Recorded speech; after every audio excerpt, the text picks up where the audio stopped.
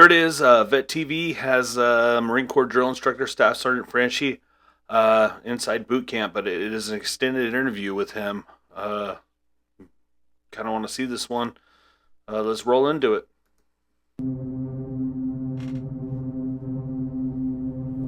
There was times where I was in higher billets where I wouldn't go home because I knew that me and my spouse were gonna argue. Because I wasn't in control, I didn't know how to respond, I didn't know how to act. So I go down to see my kids, her lawyer calls me and is like, hey, you made threats to your spouse, we're gonna put a restraining order on you. I said, you? I'm taking my kids back, restraining order ain't gonna stop. Damn. And then I served some time in jail, went back to MCRD, got treated like I was the worst thing ever because I violated an order. They held me accountable. They threw the book at me, go back to IPAC, and they're like, yeah, bro, use your duty 214. Shit, they discharged them. And I look at it, I'm like, that's it? And he's like, yeah, that's it. And I just start crying. Jeez. Vet TV. Check them out.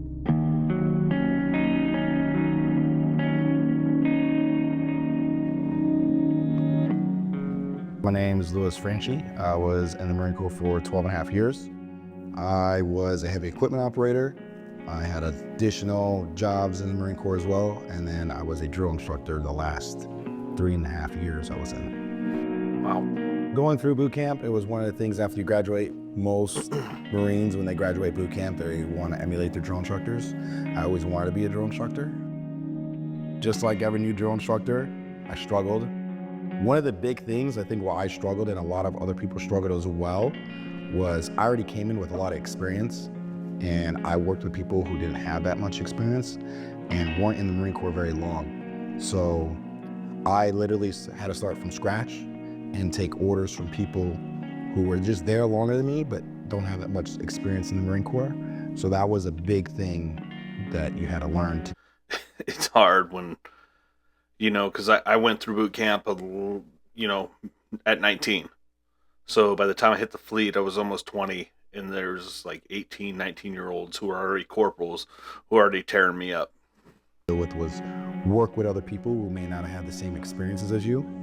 Different MOSs, different egos you deal with. And also there was the culture, because there's a culture down there, whether people want to admit it or not. Every company has their own culture. Every battalion has their own culture. Me being in, I was a senior sergeant, literally getting promoted to staff sergeant. So if I went in younger, I would have been easily been able to been molded the way they wanted me to. So that was I think was very difficult for me. My first cycle, I didn't know what I was doing. No one knows what they're doing. Around the middle of my second cycle, while we were down in MCRD for first and second phase, I knew everything because I already seen all the days. But honestly, by my third cycle, I knew everything in and out. And towards my last year, I was being so successful, I wanted to extend, be a chief drill instructor, go to DI school, make drill instructors. And you do one thing wrong, depending on the situation, everything you did for the last 3 years gets tossed out. That sucks. The depot was a very rough time, but now that I'm out, I'm very thankful for it.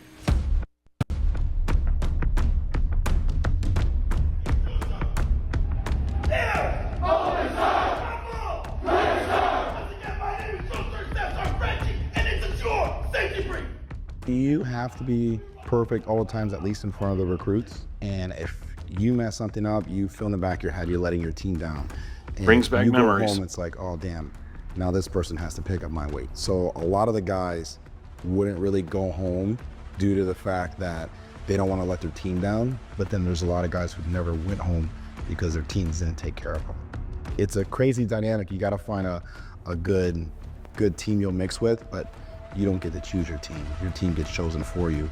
And I've been a part of a couple good teams, and I've been a part of some terrible teams.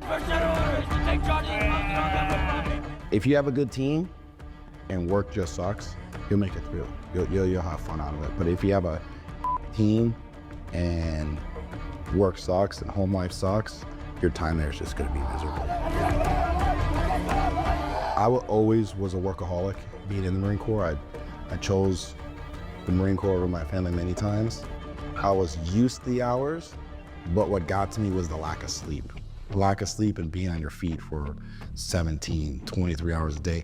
I would say my first 3 cycles, I'd average, if I had to do the math, probably around 1 to 3 hours of sleep max. And it was like that for every 3 months. It would be like that. And it's not for everybody. There's a bunch of guys who want to be drill instructors, and then once they go to DI school, they're like, okay, I don't want to do this. Or once they're actually in the trenches, it's a wake-up call. It's like, I don't want to do this. This is a Monday. You could see that I was up for 24 hours. I didn't sleep, and I ran a total of 29 miles. That was one day. I think I didn't sleep for like 2 days straight. The next day I was up for 22 hours, 23 miles. This one I was up for 19 hours, 22 miles a day. You would average about 20 something miles. Wow. I think as a recruit, you don't realize what they're going through, like with family wise, because when I was in boot camp, I just assumed that they didn't have family. Everyone's like, oh, you get to run around and scream all day. No, it's not as fun as you think it is. Bullet! When you're yelling constantly, you get these eerie headaches, especially in the back of the skull. And your head is just pounding. And the only way for it to go away is you have to keep screaming. And eventually it goes away, your body gets used to it. Run back!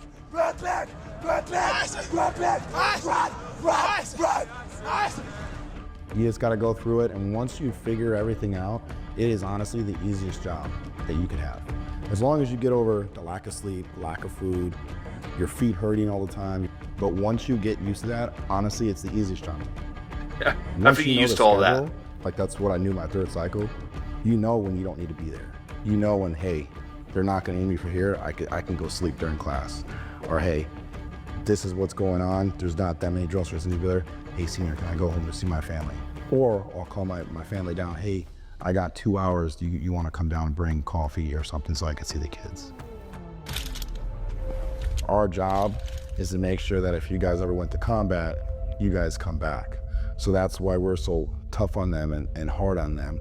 And we look at the littlest minute details, the things for them to pay attention to. Your mouth is shut. This is the position of attention. This is the only position in which you'll address any Marine, sailor, or civilian while aboard my base. Do you understand? Yes, sir! Aye, sir! Aye, aye, sir! Aye, sir! Sit up straight and look at me! That is our biggest fear. So like even at training when we lost the recruit, it's like the worst feeling you have. I mean, the kid had something wrong with him. He ended up having a hole in his heart. We didn't know till after, but it's just, you do so much to try and help these kids because you want them to come back. What happened? Can you talk? So I'll be super quick with that one. We were just doing a company hike. It wasn't anything crazy. It was literally when we were 3rd phase boot camp, it was our night hike. And I was the safety Vic, and I had one of our series commanders with us. The individual went down. We got out of the Vic. Most of the time recruits go down, you'll know if it's like, you could tell.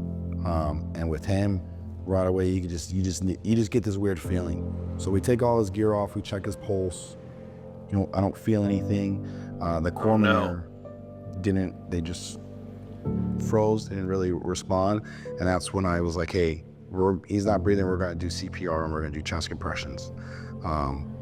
We did a couple cycles of chest compressions. He started breathing. I was pulled off the scene. I was told, hey, you need to get back with the company, you're the safety driver. I didn't wanna leave because I was the most qualified one there, being a water survival instructor. And one of our younger hats was there. Come to find out, that kid ended up passing. But they did 7 cycles of chest compressions on him, and 2 Fed fires showed up. And it's something that I feel that I live with, because it's like, would the situation have played out if I was there? I don't know. But after I did my cycles of chest compression, the kid was breathing. I left with him breathing. We did end up going to the funeral. It was rough. I didn't look at the casket. It was an open casket. Me Tough. and my buddy that we went, we didn't look at it. We were told to say we weren't drill instructors because they thought that we killed the son. But towards the end, it was actually the drill instructor that was with me. It was his recruit.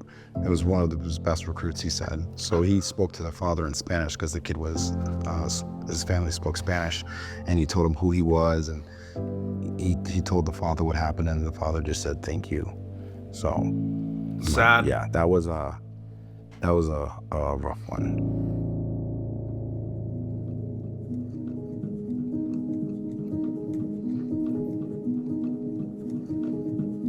It was my last senior cycle. It was pickup week. I get a text trying to get a hold of my ex-wife, and I find out she's on a date with somebody else. And it was the first time in my life where Bullshit. I didn't feel in control. Especially as a drill instructor, we're always in control. Whether it may seem like we're not in control, we're always in control. So that was something that was very hard for me to get a grip with. I was just so depressed. I wanted my family. And then my ex-wife now, flew out, and she filed for divorce. And yeah, that's when everything just spiraled out of control. And then that's when things started becoming about finances. And then ultimately it led to what got me in trouble. I would ask to talk to my kids, I couldn't. She would ask for money, then we would just go back and forth, say things to each other, and it got to the point where I started making threats. And that's ultimately what got me in trouble. Because I wasn't in control, I didn't know how to respond, I didn't know how to act. So made threats.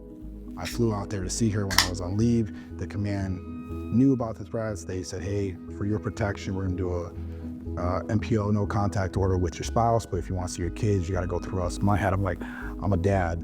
Why the f do I need to go to you guys to talk to my kids? They're my kids. So me thinking I was untouchable, like, well, I don't need that. I don't want to deal with that. I'm not gonna see them. So I go down to see my kids. She leaves, so she felt threatened by the threats. Her lawyer calls me. He was like, hey, we want you to sign that your kids are in North Carolina. I was like, I'm not doing that per California. I want my kids to fly back out. He's like, well, if you don't, you made threats to your spouse. We're gonna put a restraining order on you. I said, F you. I'm taking my kids back. Restraining order ain't gotta stop shit. And then yeah, I served some time in jail. Went back to MCRD, got treated like I was the worst thing ever because I violated an order. They held me accountable. But that was part of the darkest times. But out of all that, the thing that makes it terrible was You go to the brig? not once did they ask me, hey, mentally, how are you doing? So that was something very hard to deal with. And then, yeah, they threw the book at me, go back to IPAC, and they're like, yeah, bro, here's your duty 214. They say you're a civilian. Just out like that. And I look at it, I'm like, that's it? And he's like, yeah, that's it. And I just start crying. For most people, when they get out, it's like the happiest day to get their DD 214. But he was in it for the long haul. Probably the saddest day of his life. My career ended the way I didn't want it to end. So it's been rough. But I'm proud of everything that I did. I hope my kids could look back and see like, hey, my daddy was this, my dad was this.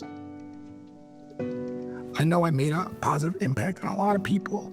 So it just hurts that it ended early from when I wanted to really end.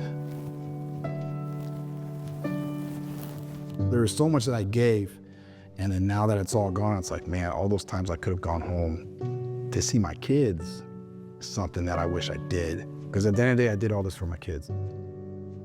I did it for my boys. I haven't talked to my kids in over a year, so that's something I'm still dealing with. So, yeah.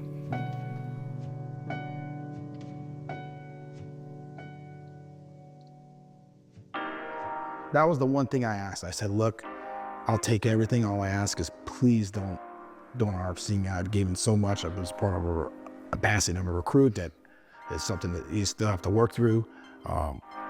But just the amount of, just all the BS, all the blood, sweat, and tears, or my vocal cords are all messed up from it. Just a lot of things that you've given. If you would ask anybody, if someone were to take that away, and I'd be like, hey, would you do it again? A lot of us will say yes, but when it comes out, I'd be like, I don't want to do it again. Like, It's very rewarding, but it's something a lot of us only want to do one time. So that was something that probably hurt me the most, was that they took this away. It was very weird because you're at this high caliber level, and then you're in the civilian world and you're starting from scratch.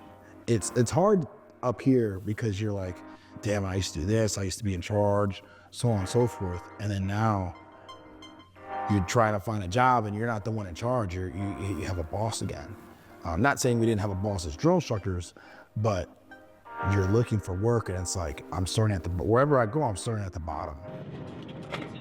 So right now I'm at United Truck Driving School.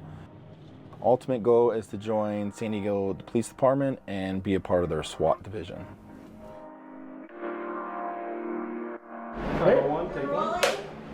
Action. Oh, fuck no. Bobby, grab the f***ing full locker. Hi, Senior. Jay, you see what I'm talking about? We're gonna go over the plan of the day. Yes, Senior. Running the mold to find recruits today. Kill. Going back into character, we were like the lowest paid actors. So now that we're actually acting, it's gonna come more natural. It seems like it's gonna be fun, good time. Superstar. No. So they could just be like their information, just outside, staying around, waiting. Like they could be linen recruits or just something. Tight elbows! Swim, I sir! I sir! Swim, I sir! I sir! Get up right now! Cut. Get up! Cut. That was perfect. That's pretty good. Getting to play characters and people you're not really are all the time. So it's fun to me. I just want to have a good time, make people laugh, and just connect with people. That's honestly it. So I would definitely say, being a drill instructor, we're not crazy like we may seem. You go to drill instructor school, they want you to be a certain way, a certain demeanor, because that's the image of a drill instructor. Are all drill instructors like that? No, we're not. There's no way you could function like that. So I would definitely say that's what's a lot of people think, that like, oh, that's how you are all the time. No, bro, you're crazy. No, I'm not. I can't do that all the time. But we are the lowest paid actors, and a lot of it is an act. Obviously, yes, there's a goal of what we want to do, but we're not that crazy individual that you see running around screaming at kids. We know what we need to get them to and what it takes. So yeah, you have to demand of yourself to demand of the recruits. You learn a lot about yourself. The impact you make on the young men that come in, you get to see yourself. Every other cycle, you'll see a kid that reminds you of yourself, you going through. So it's you play a big role, and you see kids when they're 18 years old, and you change them in 3 months from what a parent couldn't do. And you'll have parents come up to you on family day and say, "They'll shake your hand, sir. I don't know what you did in 3 months, but my son is totally different." At the end of the day, we're basically turning civilians into United States Marines, but we're turning young men into better men for society for when they get out.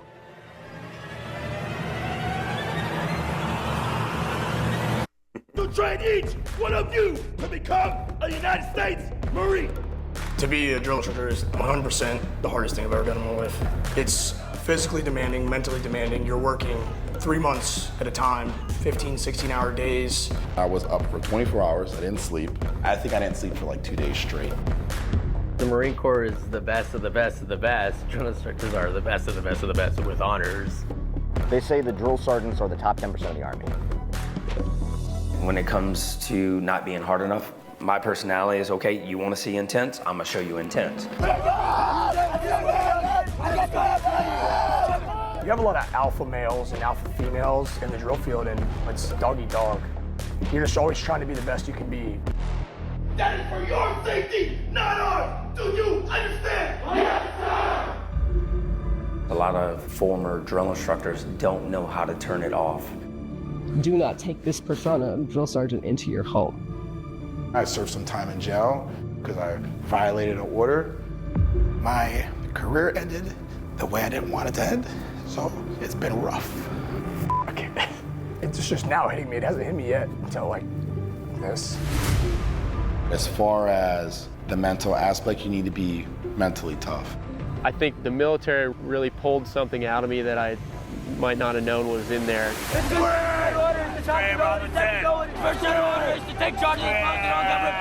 My drill instructors, oh goodness. My senior drill instructor, he was a monster. Seeing them for the first time, it was so surreal that I'm actually doing this. This is the real deal. The main thing we're trying to accomplish is just survival.